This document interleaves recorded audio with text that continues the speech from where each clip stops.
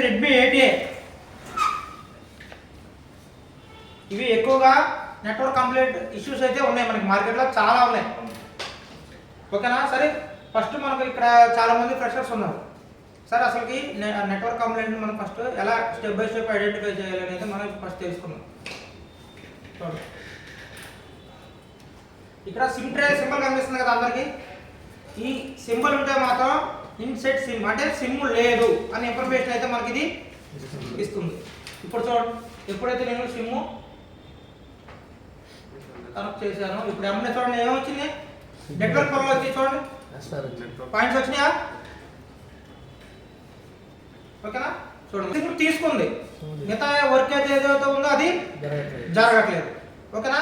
మన క్లాసులో మీకు నో సిమ్ అయితే ఎలా చేయాలి, తర్వాత నో సర్వీస్, ఎమర్జెన్సీ కాల్, ఏ కంప్లైంట్ ఎలా ఐడెంటిఫై చేయాలి, ఎలా చెక్ చేసుకునే వెళ్ళాలో మనం క్లాసులో ఉన్నాం. ప్రస్తుతానికి ఏంటంటే ఈ కంప్లైంట్ ఏంటనేది మనం స్టెప్ బై స్టెప్ వెళ్ళి చూసుకుందాం. ఓకేనా? అంటే మనం సెట్టింగ్స్లోకి వెళ్ళాలి. సెట్టింగ్లోకి వెళ్ళిన తర్వాత ఇక్కడ కూడా అక్కడ కాకపోతే ఇక్కడ ఎలా తెలుస్తుంది మనకి. ఇదిగో చూడండి, ఇక్కడ ఐడియా సిమ్ అని వచ్చిందా? సిమ్ తీసుకున్నట్టు ఓకే కదా.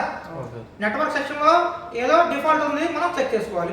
నో సిమ్ అని ఎప్పుడైతే మనకు కంప్లైంట్ వచ్చిందో ఫస్ట్ మనం ఏం చేయాలి, సిమ్ ట్రే దగ్గర ఉన్న ప్యాడ్స్ ఉన్నాయి కదా, అక్కడ 6 ప్యాడ్స్ ఉంటాయి. దాంట్లో ఒకటి ఎన్సీ, ఒకటి గ్రౌండ్, ఒకటి వోల్టేజ్, 3 సిమ్కు సంబంధించినవి, డేటా సంబంధించినవి, ఇలా 3 ఉంటాయి. ఓకేనా? ఈ క్లాస్లో విన్నాం. ఇప్పుడు మనకు నో సర్వీస్ వచ్చింది. ఓకేనా? సిమ్ కంప్లైంట్ కాదు. దీంట్లోకి వెళ్ళిన తర్వాత ఇక్కడ ప్రిఫర్ నెట్వర్క్, దీంట్లోకి వెళ్ళి చూసుకోవాలి, మనం సెలెక్ట్ చేసుకోవాలి. 3G సెలెక్ట్ చేశాను, అయిందా? హైడ్ అయింది.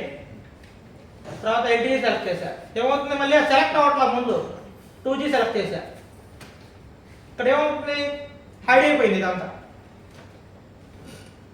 ఓకేనా? కంపెనీ వాడు ఇది 4G AC దగ్గర కంప్లైంట్ ఉంటుంది. ఓకేనా? అది కంపెనీ మ్యానుఫ్యాక్చర్ డిఫాల్ట్.